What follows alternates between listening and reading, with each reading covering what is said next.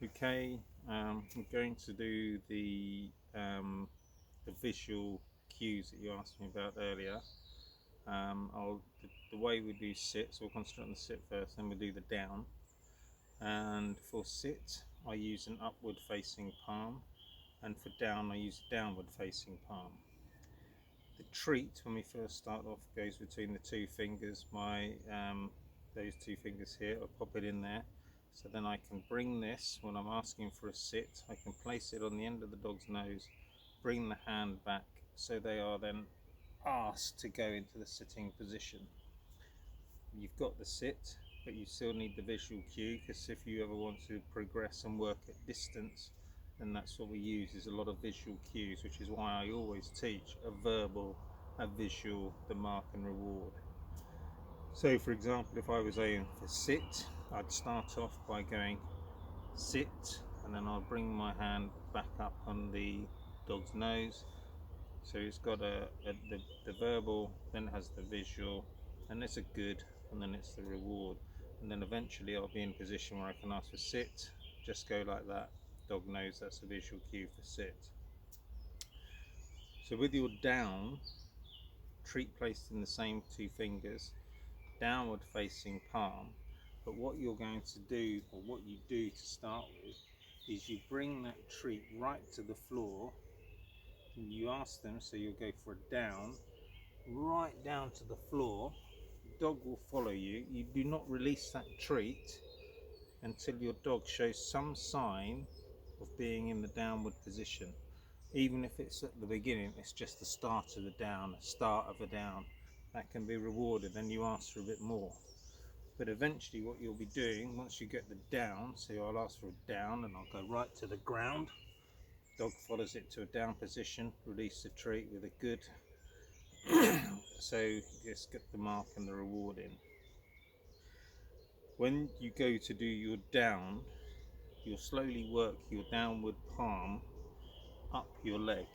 Now what I find works best is if I make my down cue sharp, and then I start shopping for the behavior with my verbal, the sharpness of my down, so I'm not being labored and going down. I don't want to do that. I want to go down and smack it to the floor. Dog will react, and you'll get a good speed on your behaviour. Now I'll try and demo it down with Charlie. He's off exploring at the moment, and we'll just show you how quick we can get it if he responds. We've been out all day, so he might think, stuff this, I'm not working anymore today. But we'll have a go, and it'll hopefully clear it up. Charlie, come. Charlie, come.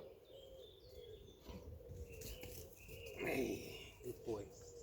Okay, so I've got my treats. I'm faded that lure now. I've got my treats in my pocket. We'll ask for it down. So Charlie, down. Good boy.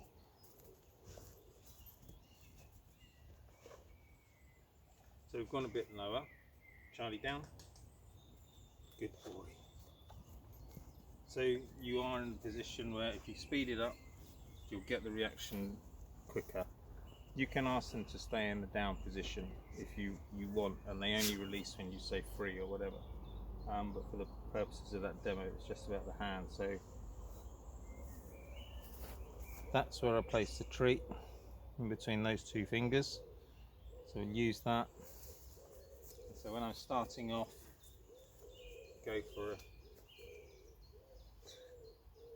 last or down, sit, good, down,